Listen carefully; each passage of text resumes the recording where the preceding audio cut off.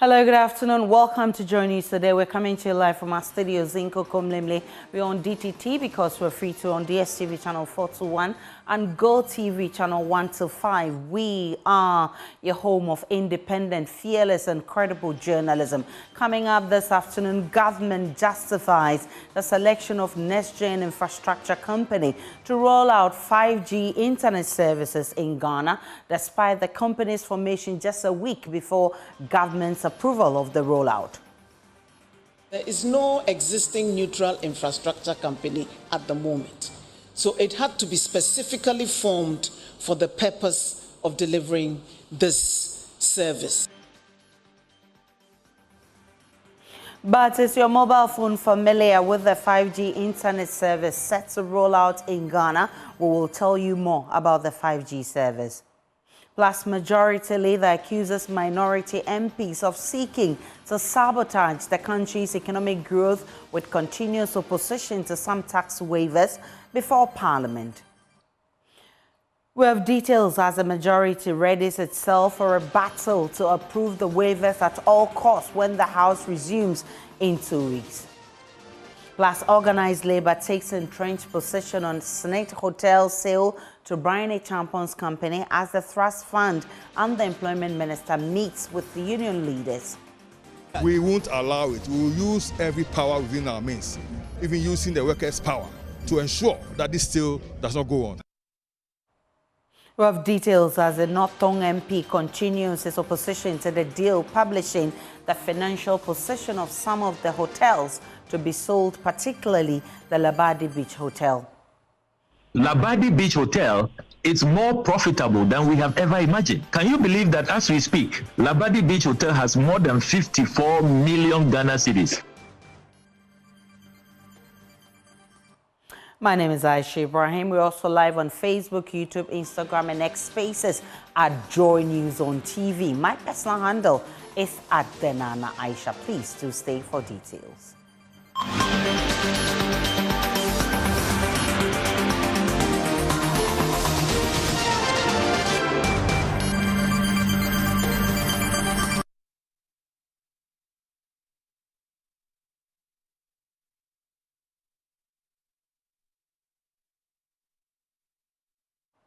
Government has justified the selection of next-generation infrastructure company to implement the rollout of 5G internet services in Ghana, despite the company's formation just a week before government's approval. The contract, which experts estimate to be worth hundreds of millions of dollars, was awarded through sole sourcing, raising suspicions about the transparency and fairness of the procurement process. But addressing the media on the subject, Communications and Digitalizations Minister Eslo Owusu-Ekoful announced a partnership with 7 industry leaders to develop a new shared infrastructure aimed at delivering affordable 5G mobile broadband services across Ghana. There's an allegation that the company awarded this contract was formed a week before the license was granted to them. Now, this is a special purpose vehicle. Once government took the decision that we would use a neutral infrastructure company to deliver this service, there is no existing neutral infrastructure company at the moment. So it had to be specifically formed for the purpose of delivering this service based on the strategic policy decision of government. And it is born out of, as I indicated, our past experiences. And that is why we chose not to auction it. I'm sure the finance minister would have been happy if we had sold it off at auction, collected our money, and moved on, without caring what impact it would have on the sector. Unfortunately for the finance minister, unfortunately for Ghana, we in the Ministry of Communications care about the impact of decisions taken on the growth of the sector.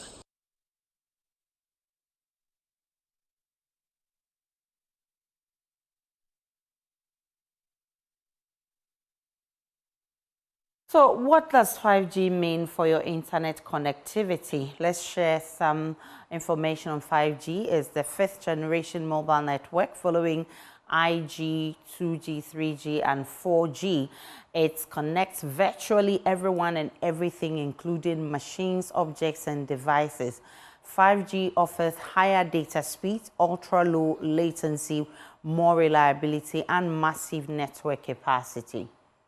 It provides increased availability and a more consistent user experience, and enhanced performance and efficiency support new user experiences and connects new industries. Well, in 1980s, IG delivered analog voice. Early 90s, 2G introduced digital voice. Early 2000s, 3G brought mobile data. 2010s, 4G LTE ushered in the era of mobile broadband. And 5G is a unified advanced air interface with high speed, superior reliability, and negligible latency, enabling next generation user experiences, new services, and impacting industries like transportation, healthcare, agriculture, and logistics. Now, organized labor is going into a meeting with SSNIT and government with entrenched position, vowing not to allow this deal to go through. President Akufo-Addo has directed his employment minister to engage the TUC and other workers' union who have kicked against the transaction since it was disclosed to the public by NDC MP for Norton Samuel Okudzeto-Ablakwa. This morning, the TUC has been leading the labor unions to meet SSNIT and then the employment minister. But as these meetings get underway, Executive Secretary of ClockSAG, Dr. Isaac Bampo-Addo, says they will not compromise on their opposition to the transaction. Listen. Can assure you that still is not going to come on. That's it. We're not going to allow it, and that's it. Thank you. What exclusive information is available to you so far as this is concerned? We are going to make sure that it doesn't come on. It can never come on. We won't allow it. That's all. You intend to do that? We won't allow it. We will use every power within our means, even using the workers' power, to ensure that this still does not go on. Thank you. To meet the minister tomorrow? Yes, of course, we are ready for negotiations. What are your expectations for that? Negotiations are that no seal, no chaskele. Now, no chaskele.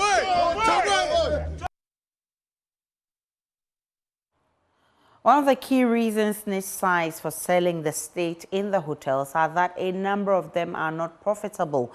In the last few hours, Norton MP Samuel Okudzeto-Ablakwa has been leaking documents showing the financial position of one of the beaches, Labadi Beach Hotels, to be sold. He has been providing details on the Super Morning Show. All the attempts to justify this deal, they claim that these are hotels struggling and that there's an urgent need for capital injection. I have secured virtually all the financial statements of Labadi Beach Hotel, including the 2023 management accounts. Labadi Beach Hotel, it's more profitable than we have ever imagined. Can you believe that as we speak, Labadi Beach Hotel has more than 54 million Ghana cedis in 5 bank accounts, cash.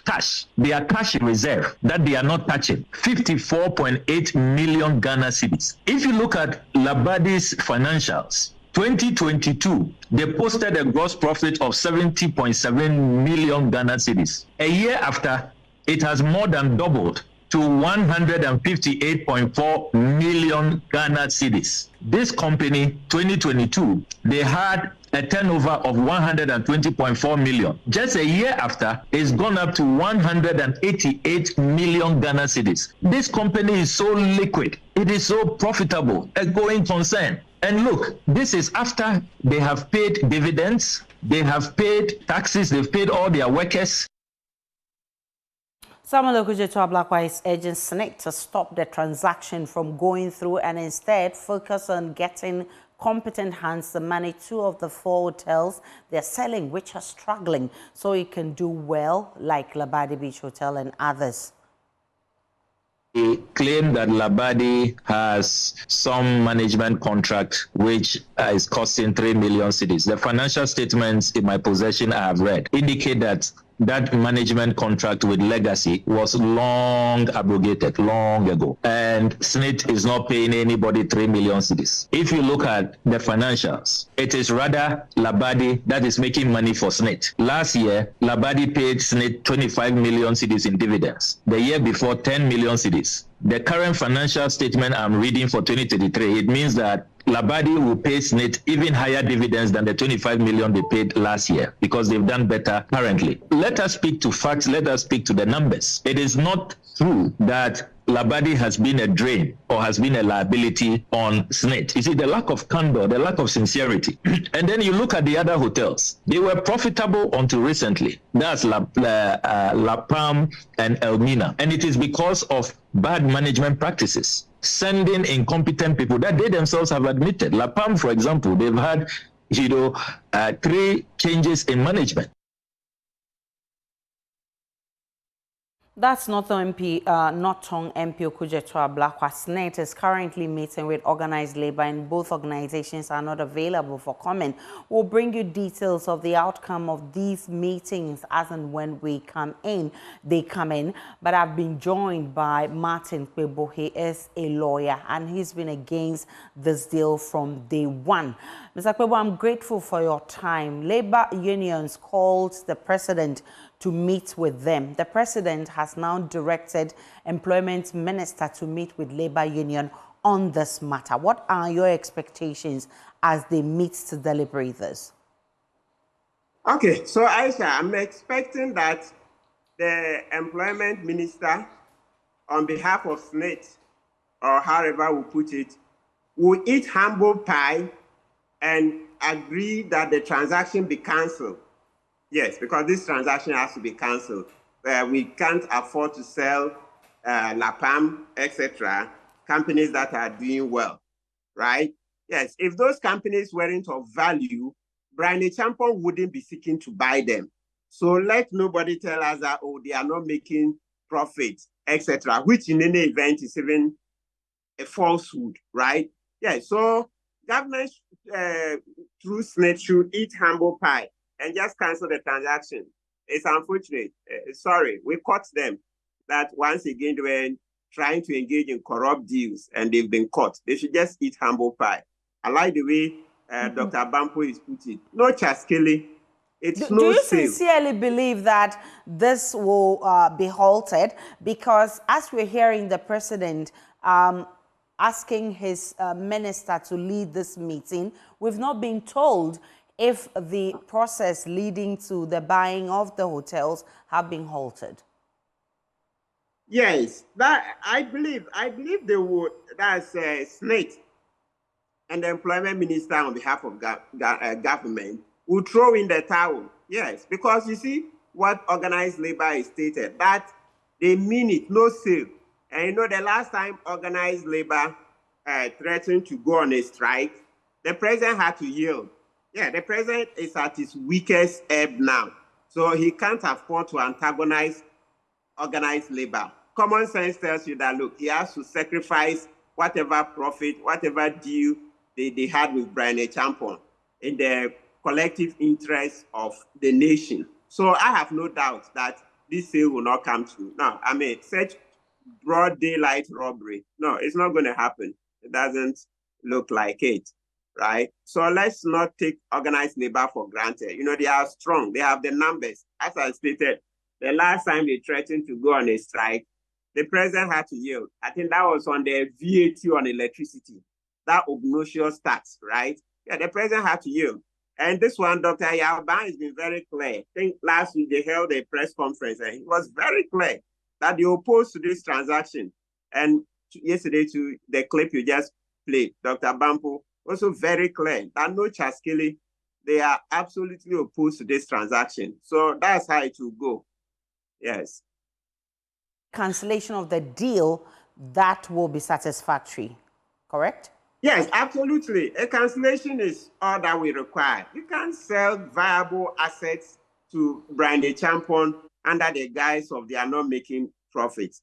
It's all about a cancellation. Let's have this transaction cancelled. It's not about board. Martin Kpebu, I'm grateful for your time. He's a lawyer who's been against this deal. Now, let's get on to other stories. The Amancia South District is moving to create a pad bank, a pool of sanitary items that will cater for the menstrual needs of needy girls in the area. District Chief Executive for the area announced this after Love FM's flagship program, Love in the Morning, donated sanitary pads valued at 80,000 cedis to girls in the district. Clement Opoku Jemfi reveals a pad bank set up by the Assembly will help curtail period poverty in the district. Love FM reached out to the girls with reusable and disposable pads in commemoration of the 2023 World Menstrual Day. There's more in this report. Pregnancy remains a major challenge in the Amancia South District of the Ashanti region, forcing a lot of girls to drop out of school. In 2023, the district recorded 621 teenage pregnancies, representing 14.4% of the over 4,000 teenage girls in the area. According to the Gender Education Officer, Victoria Ofori-Botan, majority of girls drop out of school due to period poverty leading to teenage pregnancy. Because they are finding it difficult to get the sanitary pads. Some of them guys, especially the Okada people, take advantage of them that I will give you. So unless I give you, I have to sleep with you. So boy girlfriend comes in. So due to that, the high rate of pregnancy. The host and production team of Love FM's flagship program, Love in the Morning, donated 1,130 reusable Ecomi reusable pads, 600 period panties, 10 boxes of disposable pads, 100 pieces of bathing pails, and a box of soap. The gesture, worth over 80,000 cedis, is to help keep girls in school and reduce the rate of teenage pregnancy. David Akwete is host of Love in the Morning. So we decided to come here this year because, we got some staggering figures from the District Director of Health telling us about the number of teenage pregnancies since 2019, the number of HIV cases in this very district, and they were quite high. So we sat down as a team, we deliberated upon, the letters that we received from our listeners who wanted us to come to their district to support them, and then we realized that based on what we did last year for the Amancia Central people in Kpebu, where we got again information from the regional director of health that there's an improvement in teenage pregnancy figures. Girls are now going to school more comfortably and more, frequently. We decided to come here and then give the donation to them, hoping that just like we had good positive results from Amancia Central last year, we'd have seen for Amancia South, in the coming year. The District Chief Executive Officer for the Amancia South District pledged to initiate a pad bank in the district to bridge the period poverty gap in the community. Clement Opoku Jemfi believes the project will improve accessibility of sanitary pads for needy girls. And I'm assuring you here, all here gathered hearing, that moving forward, just as KNUST has a food bank, yes, so we will also get a pad bank. Some of the students who benefited from the gesture spoke to Love News. I'm very grateful for Love FM supporting this girls' pad period this time. Nowadays, the price of pads has been increasing. So when I go to my dad for money to buy pads, he'll be saying, hey, see the pad boy hey, and I still now mugusu bleedy. So thankful for Love FM for donating the reusable pads for our school. Sponsors who supported the initiative after an appeal was made on Love FM promised to continue to collaborate with the station to end period poverty. Definitely. Every year, the bank set aside a certain amount of money for CSR. It is a good cause, so we will definitely continue to support the PAD project.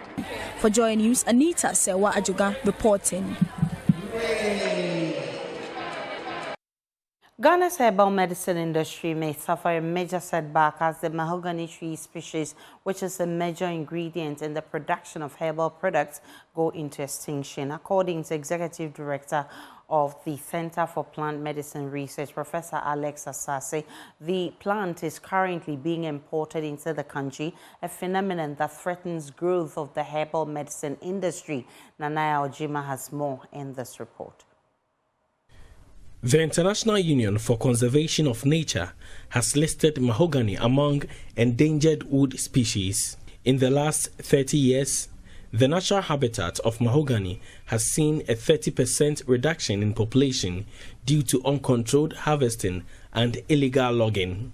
Research has shown the debarking of trees for medicinal purposes negatively affects the growth of the trees. This is another factor for their extinction.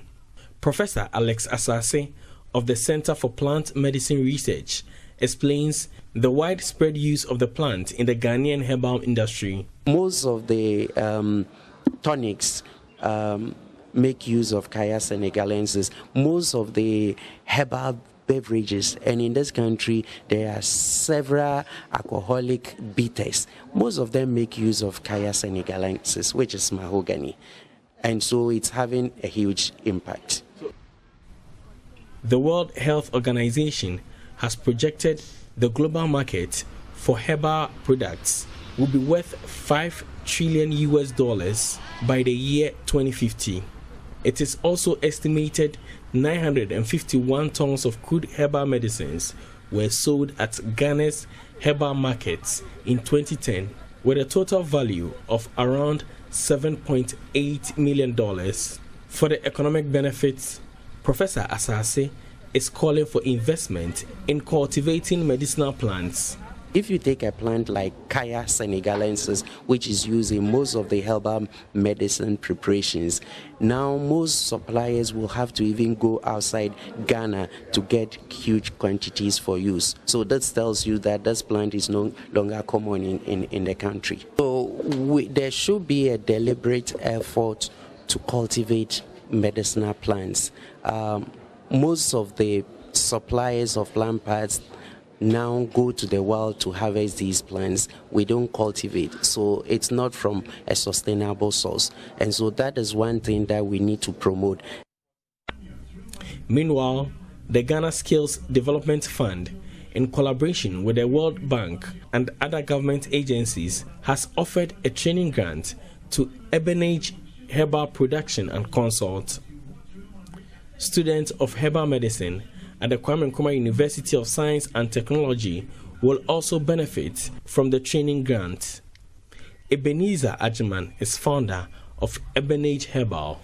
This celebration, we decided to rather train our staff or build their capacity so that it will in turn improve our quality of services. And you know, herbal medicine is growing, and the only way to make it better than it used to be is education or increase in knowledge. For Joy News, Nanaya Ojima, Kumasi.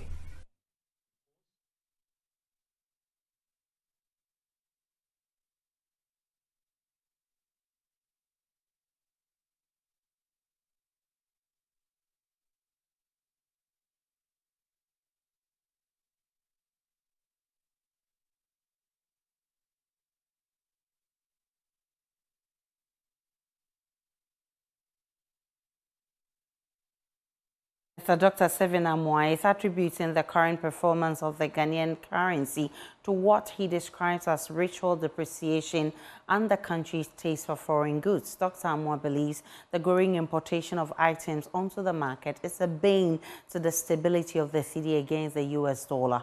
Presently, the cedi is going for 14 cedis 90 pesos against the dollar on the retail forex market. The ballooning cost of the cedi against the dollar is leaving many Ghanaians and local businesses distraught. But while chastising detractors for blaming the ruling MPP government over the downward trend of the cedi, Dr. Amoy says the next MPP government would adopt long-term frameworks to cushion the local currency. He spoke with my colleague Nana Boachiye Adam on the sidelines of a voter registration exercise at the Nshiaiso constituency.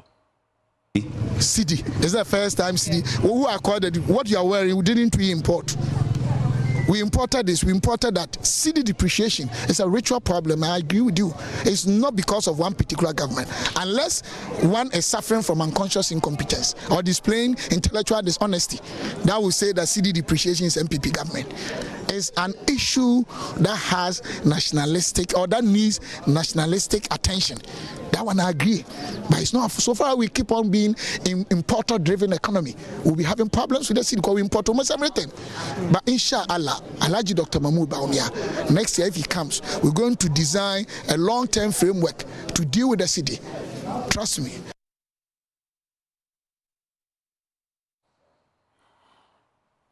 President Akufo-Addo has called on for concerted efforts to equip Ghana's workforce with skills and knowledge to take advantage of modern technologies for socio-economic development. Speaking at the Applied Science Conference of Technical Universities in Ghana, held in Sunyani, the president said government will continue to invest in STEM education to encourage the youth to leverage digital opportunities. Precious Semevo has more.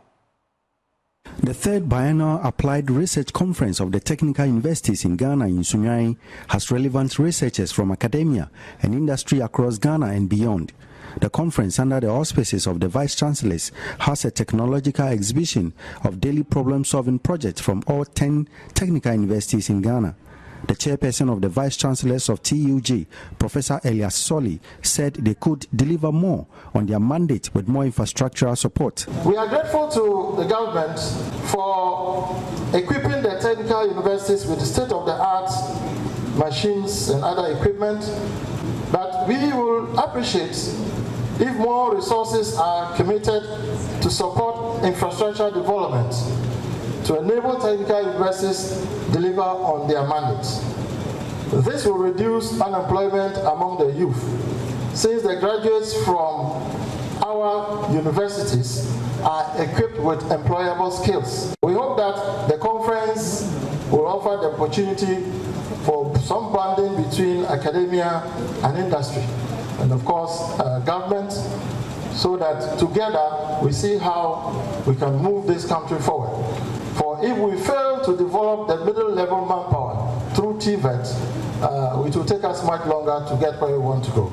The President, Nana Akufo-Addo, in his address, said if effective university, industry and government partnerships are to be realized, it would be necessary to have more encounters between industrialists and universities to ensure a better understanding of stakeholder functions. He assured of government investment in research and development to maximize the university's benefit. Government will conscientiously and progressively revamp and increase its investment in research and development in order for the nation to derive maximum benefits from them. The theme of this conference underscores the importance of partnership in driving national development. By working together, universities, industry, and government can create a powerful synergy that accelerates innovation and entrepreneurship, leading to economic growth, job creation, and improved quality of life for all Ghanaians. Let us commit to strengthening these partnerships, leveraging our collective expertise, and thus advancing Ghana's development. Scores of frustrated first-time voters are urging the Electoral Commission to once again extend the limited voter registration deadline.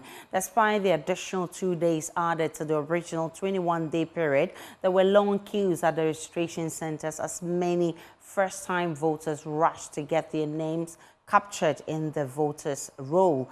There's more in this report. Long, winding queues characterized the final day of the voter registration process at many centers as first-time voters rushed to get their names captured in the voters' register. In the Ayawaso West Wogon constituency, officials reported registering over 5,000 voters over the entire registration period. Over here in Legon has been largely successful. The turnout has been good, and then we've been able to register almost everybody that has come to us. So today being the last day, we hope that we'll register everybody and leave. We know that we can do that day. For the projection, I can't give it to you online, but for now, we've done about 5,000. Yeah, yes. But most of them, since the first day, the turnout has been great. So mostly when they come and the place is full, they don't want to sit in the queue, they would go. Just nearby at the La Nkwantanan Medina Constituency Registration Center, there were altercations involving some men who brought in senior high school students for registration. Despite these challenges, the EC official stated that the exercise had been largely successful, promising every person in the queue before the official time of closing will be registered even if it goes beyond past 6 p.m. It's been a fruitful exercise. It's been very quiet and calm. A few altercations here and there, but it's not something that's disturbed the flow of work here at the center. We are within our expected figure. We were hoping to do a little over 4,000, and we have a little after 12 midday, but I can say that we'll be able to attend to them before 6 p.m. I've been joined by Albert Kofi Ahen, who is with Kpebu. They've dispatched a lot of their monitoring team to all the centers. Ms. Ahen, I'm grateful for your time. What's your assessment of the just ended limited voter registration exercise? Yeah, thank you, Aisha, for having me. We're going to come out with a final report, but for the time being, what we want to say is that, yes, initially there were a few problems, especially the first 2 days, where we had a network issue, and then some machines not working properly. And then sometimes you go to a place, especially where it was designated as inaccessible. You know, we went to some of these places the first 2 days and the EC wasn't there. But from the third day up to the time we finished, I think they listened to advice and improved a lot. For example, the machines that were breaking down, they repaired most of them. And if they couldn't repair, they also placed them. And then the internet also, I'm sure they spoke to the agency that was giving them the internet. So one said there was some success achieved at the end of the bullet. Our worry was the minors that were being presented by the party. And then the guarantor system again. Kpebu has always been talking about this abuse of guarantee. And it reared its ugly head again. Because if you listen to the statistics yesterday at the IPAC, 63% of the people who registered use the guarantor system. So now the appeal is to the EC to collaborate effectively with the NIA. And this was something that Kpebu came out with at the last election when we met at Safari, Aqua Safari. We said the EC was to collaborate with the NIA so that sometimes it might not even be necessary to go and sit down that you are compiling names of people as, compiling the register. You could just go to the database and come out with people who are 18 and above, and then you compile your register. So there's an urgent need for this thing to be done because we cannot be always fighting at registration centers and at polling centers because of identity. It's about time Ghana stopped this kind of disgraceful behavior. Right, we lost Albert Ahen there, but he makes the point that the Electoral Commission needs to put its house in order, especially as we head to the bigger elections. Let's take a break on JoyNews Today. When we return, there is more.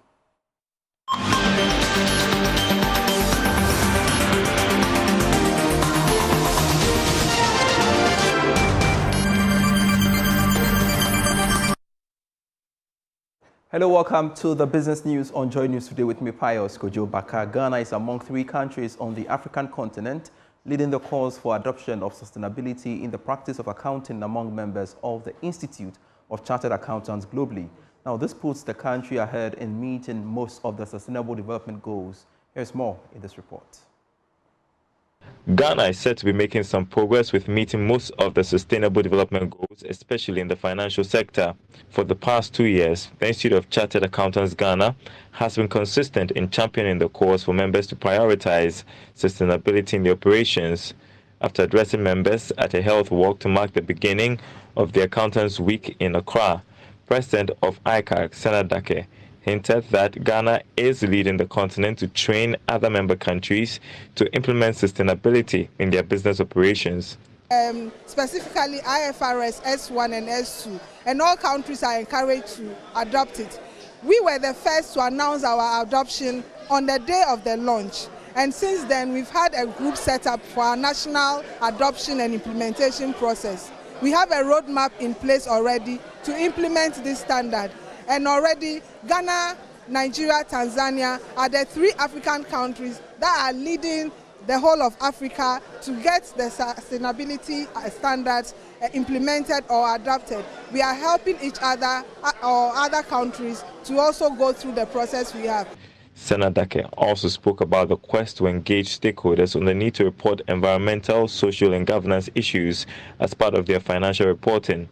So at the moment, we're doing a lot of stakeholder engagement to encourage companies not to only report their financials, but to add non-financial, especially issues on environment, social and governance. And this is what the sustainability is all about, to see that the future generation have something that we have not missed out in our process of work. The Health Walk served as a networking platform for members of ICAG as they prepare for an election of new executives for the Institute. 15 persons living with disability in Kumasi have been empowered to produce handmade products to improve their livelihoods. The beneficiaries often face mobility challenges due to their inabilities affecting their financial strengths. The training by Mandela Fellows encourages efforts of the persons with disability to be able to start, own and run income generation trades. More in this report. Inclusiveness in entrepreneurship and in the workforce demand concerted effort from society. Persons with disabilities encounter barriers in securing physically demanding yet decent income-generating jobs. Recognizing this obstacle, the Mandela Fellows designed a specialized training program to equip persons with disability with the necessary skills in soap making, a trade that can be managed from home and other accessible locations. The soap making initiative is a collective venture led by Gifty at Zegibe and Shaibu Fuseni. Gifty says the initiative is an effort to spotlight inclusiveness and help beneficiaries with a livelihood skill. And we are taking them through entrepreneurship skills, soap making. Yes, we are not just leaving them here, they have to learn. As you can see, the one who is taking them through the training, when she's doing it to a stage, she calls somebody to come also help, because we want to be sure that whatever we are teaching them, they are also picking up from there. And when we are done, we are going to help them to do packaging. You know, you're supposed to do self-branding. You can have your products, and if you're not able to brand yourself, nobody will even patronize you. So we are going to take them through how to also do a good branding for themselves, how to package their products, how to label them. We will still follow up to see how this group is going to grow. So we'll nurture them to grow, because we want them to inspire other people that are also in the community that maybe we are not able to reach today. We should be able to use them as our focal people to be able to reach out to those people also, to help them earn a living by themselves. The fellows sensitized 130 students of Abdul Rahman Senior High School to build their self-confidence, sense of purpose and uphold inclusion. Gifty says the outreach will leave the students and beneficiaries well informed on the topic of inclusion. We have about 150 participants, and we know that in the community people have this misconception about people with disability, and there is no inclusion for them in terms of health, in terms of school, in terms of even livelihood skills. We don't see this inclusion, although on paper we do hear that, oh, there should be inclusion, but practically it is not there. So yesterday when we had the program, we had these great speakers that were around just to take away those wrong information that we have about people with disability, and to inspire them. Some beneficiaries expressed happiness, indicating the skills acquired will allow them to have a supplementary source of income. At least you can do it and earn some money which will take care of the family as well as yourself. Secondly, it will keep you all the time working so that you will never get weak. Beneficiaries were given startup kits to begin their entrepreneurship journey. Reporting for JoyNews, my name is Clinton Yeboah. That's it for Business. Sports comes up next.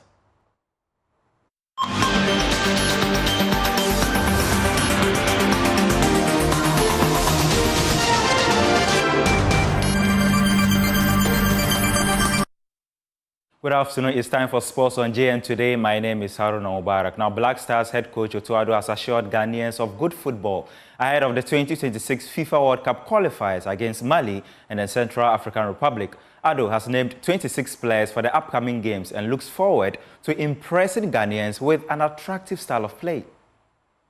I think, for me, Ghana football stands for good football. And this is, maybe I want to use the opportunity.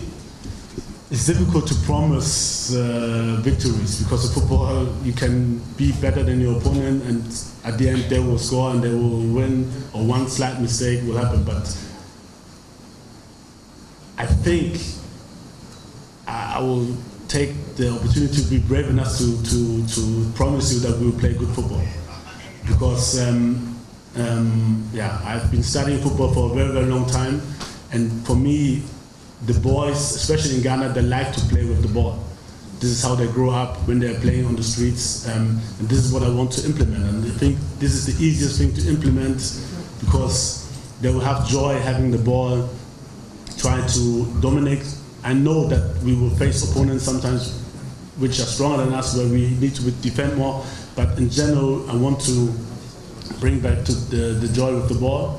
I want to create a culture, and this I think has been the culture in the past, not to be fearful when you have the ball.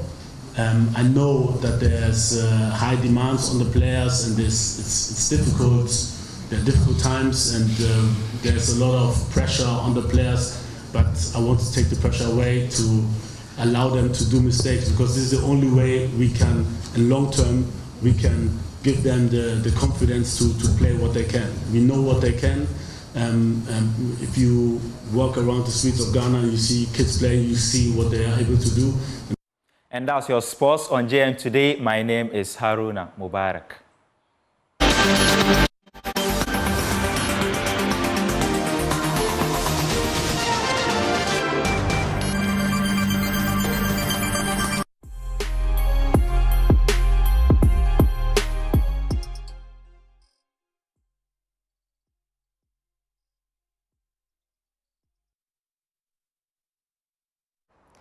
Good afternoon and welcome to the Showbiz segment with me, Jacqueline and Suma Yeboah. Now to our first story, Charterhouse is promising a spectacular night for the Ghanaian music at the 2024 TGMAs.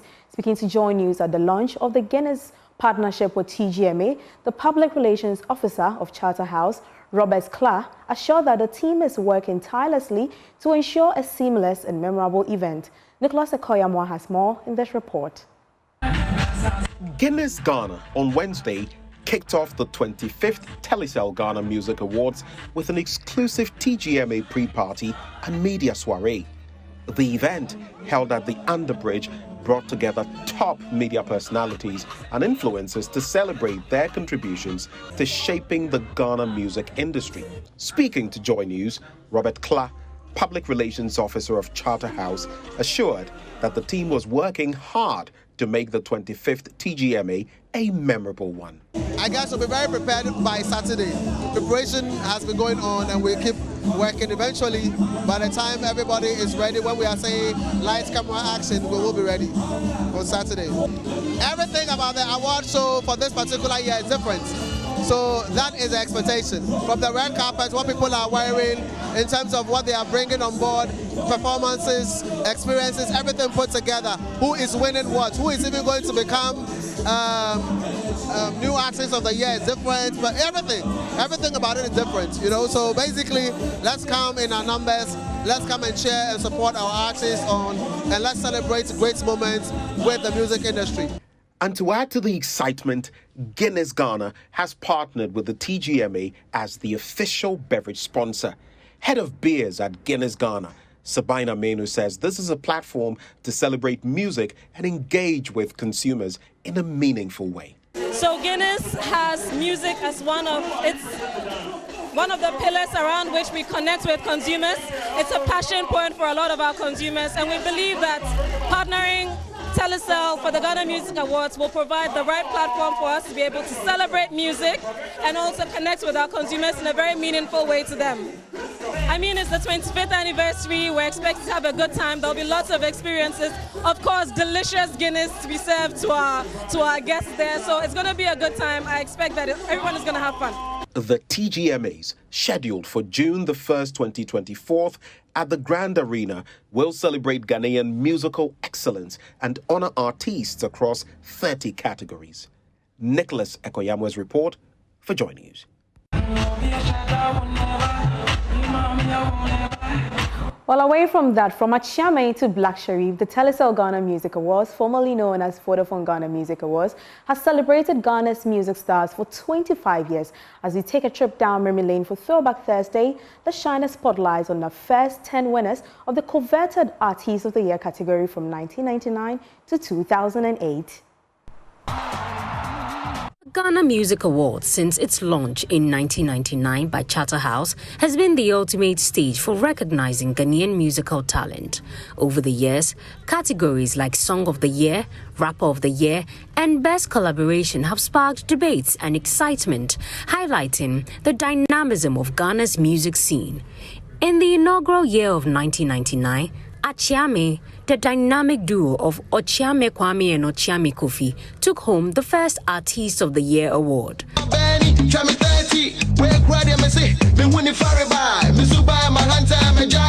The following year, Daddy Lumba dazzled with a triple win: Artist of the Year, Best Album, and Most Popular Song.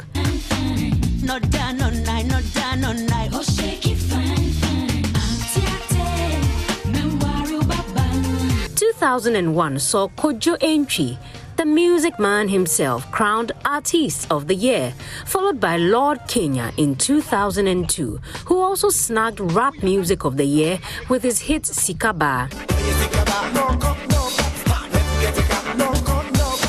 2003 brought us Konti Hene, whose debut album, Nyankontong, and the hit song Aketesia made him the first new artist to win Artist of the Year. VIP dominated 2004, sweeping multiple awards including Artist of the Year and Song of the Year for Ahumkan Woman. In 2005, Obo, known offstage as Bice Osekufo, claimed the top spot, followed by Oforian Ponta in 2006. The energetic Samini took the title in 2007.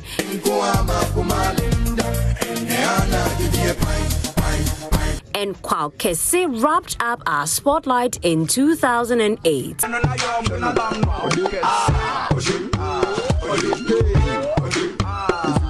Well, fast forward to today, and the groove to the beats of the past, the competition for the 25th Artist of the Year is fierce, with Sarkodie, Black Sharif, Kim Promise, Nasi, Stoneboy, and Kwame Eugene all vying for the crown. Who will become the 25th winner? No ice, no. Well, on that TGMA note, it's a wrap for the showbiz segments with me, Jacqueline and Sumaya. Over to you, Aisha. Thank you, Jackie, for reminding us of some of the nice things we said. Right. So thank you so much for bringing us showbiz. That'll be it for the bulletin. My name is Aisha Ibrahim. Log on to myjoyonline.com. There's more of the news and updates of all the developing stories to enjoy the rest of our programs.